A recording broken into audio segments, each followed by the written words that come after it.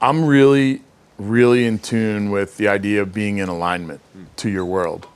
I was, and I'll be perfectly frank. I was going through a pretty serious depression time. Marriage wasn't great. Family wasn't great. Like I wasn't great. I was unhealthy, and I'm really bad at working with a counselor. Like I don't want to say I'm uncoachable because words, matter, and I shouldn't say things like I'm uncoachable, but I'll say I'm a challenge to be coached. And part of that is I feel like I oftentimes have the answer to the question.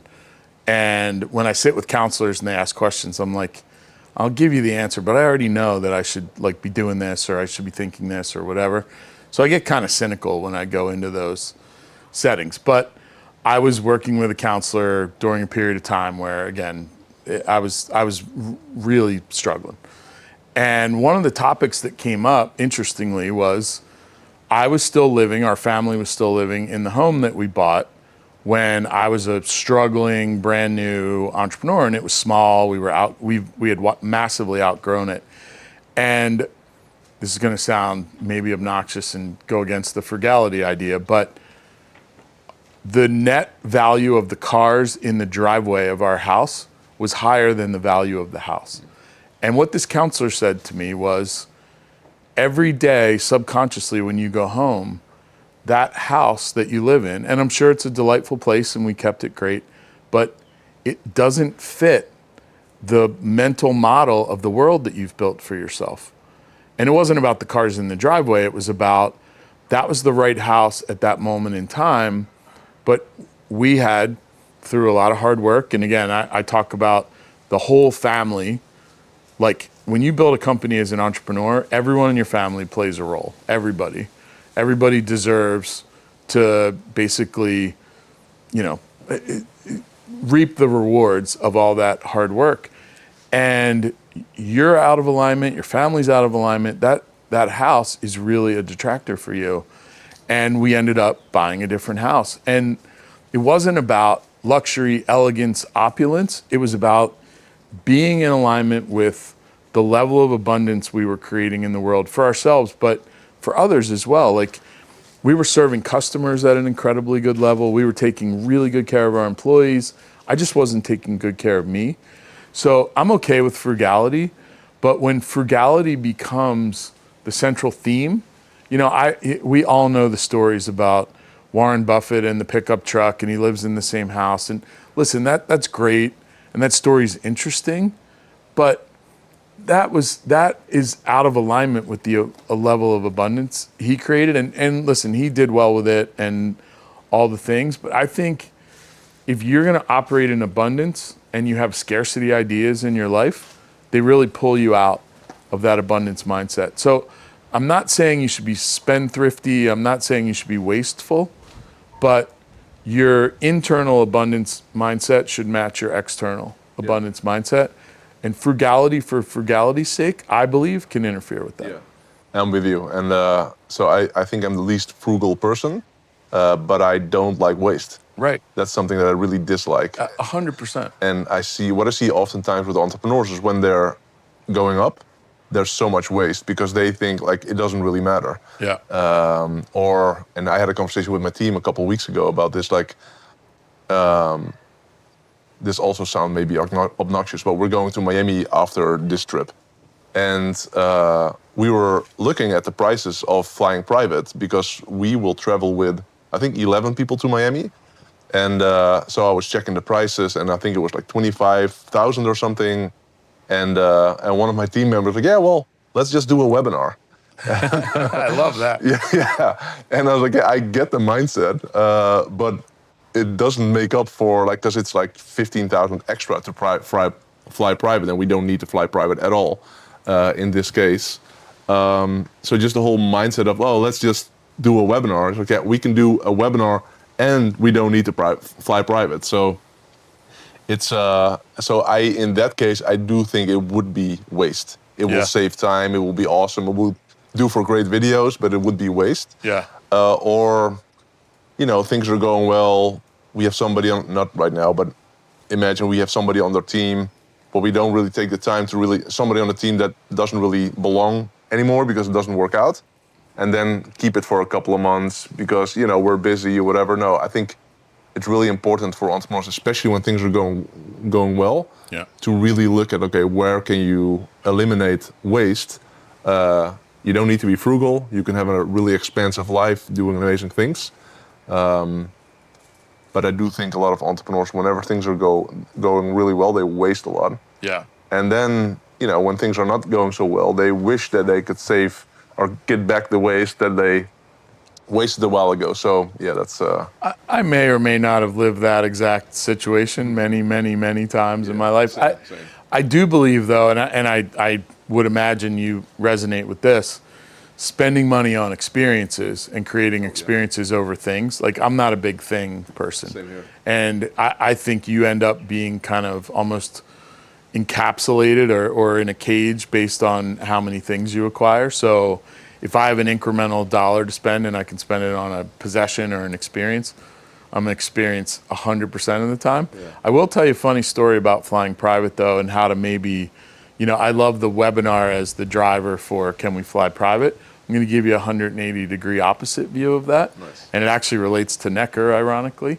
So you and I both have a friend in common. I don't know, should I name him? It's Jeff Walker. Okay. So we both know Jeff. Yeah. Jeff's obviously created a ton of abundance in the world for himself and for others, but much like you and like me, doesn't like to be wasteful and certainly doesn't like to overspend on things. But Jeff had his annual event, and it was butted right up against the Necker trip. And he was debating whether or not he should come to Necker, and he was going to fly commercial, and it was going to be too difficult. And he said, "Hey, I'm not gonna come to Necker. I just can't swing the." And I said, "Well, did you contemplate flying private to Necker?" And I kind of know that world a little bit. I've helped other people book planes and that kind of stuff. And he said, "No, I don't know anything about it." And I said to him, "So just give me a rough idea, profitability of your event." And he gave me the number. I said, "Would you be willing to spend 5% of the profitability of your event to be able to go on to Necker to basically downregulate your nervous system?" I mean, you know what it's like putting on a 3-day event. It's super intense. What would that mean for your energy to spend 5% of the profit from your event to be able to go to Necker and recover? And he's like, "That would be amazing." And I said to him, "Well, 5% of the profit from your 3-day event covers the cost of a private flight." And I helped him book it. Covers the cost of your private flight from Phoenix to Necker.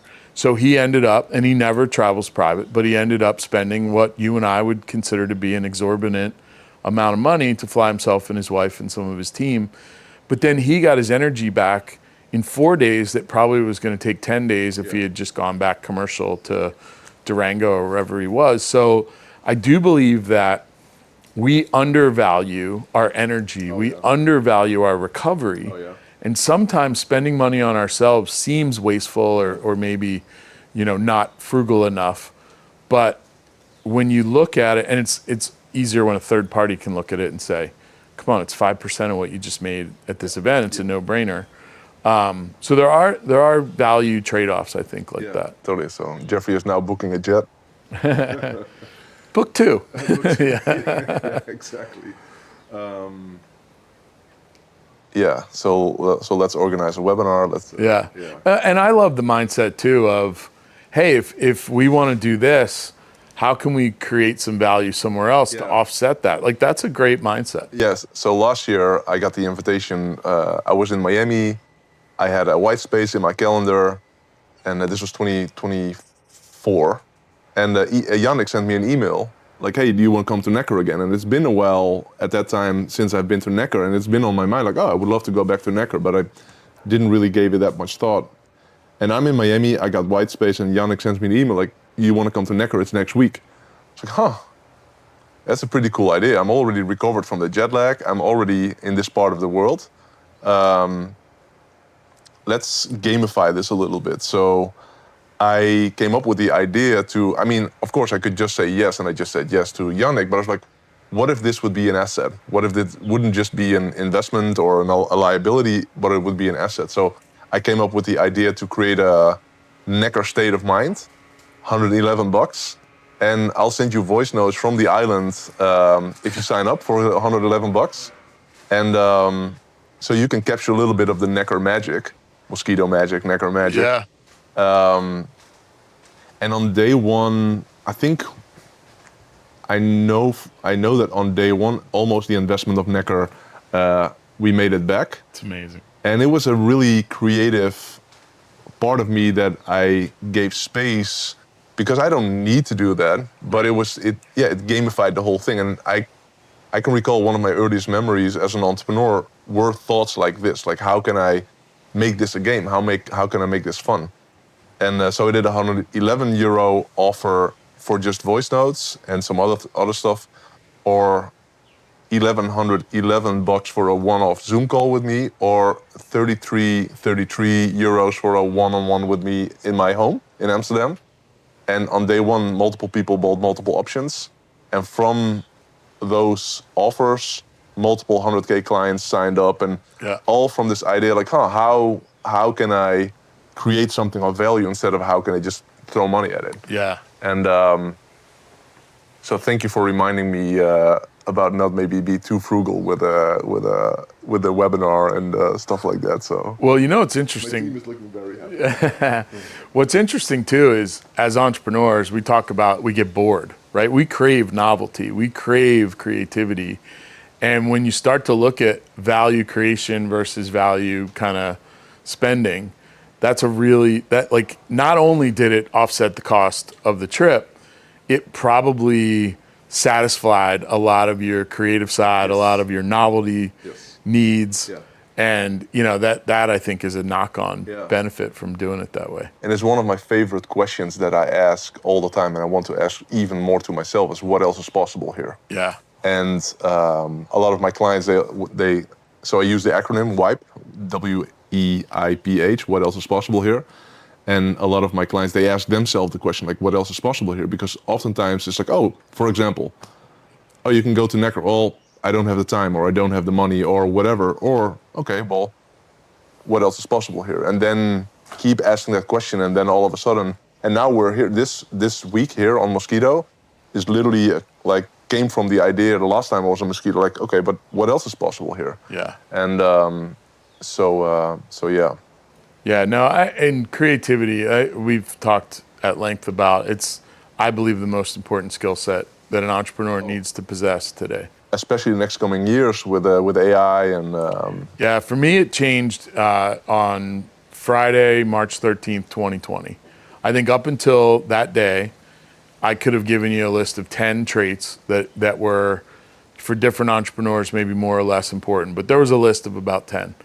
I believe on Friday, March 13th, 2020, when the world woke up to the idea that COVID was here and things were going to change, creativity went to the top of the list, and it hasn't left since. And I can't see a way that entrepreneurial creativity, it doesn't remain, in my view, the number one skill set that every entrepreneur needs to possess. Yeah.